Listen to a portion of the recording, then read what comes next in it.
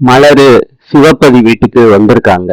அப்ப பரஞ்சோதி சொல்றாங்க, மலரு, இது காஞ்சிப்பட்டு, இத வாங்கிக்கோ.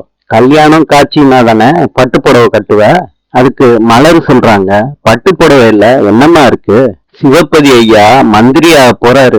ஒரு பிள்ளைக்கு 2 பிள்ளை கல்யாணம் ஆகி வீட்டுல இருக்காங்க. ஆனா ஐயா பேரை சொல்ல ஒரு பேரம்பேத்தி கூட இல்லையே. இத கேட்ட சக்தி ரொம்ப சங்கடப்படுறாங்க. ரூம்ல வேலு கிட்ட வந்து சொல்றாங்க, அடுத்த ஆசைய நம்ம புறக்கணிக்க கூடாது. இன்னைக்கு நம்மளோட வாழ்க்கைய ஆரம்பிச்சே ஆகணும். சக்தி சொல்றத கேட்டு வேலு சந்தோஷமா இருக்காரு.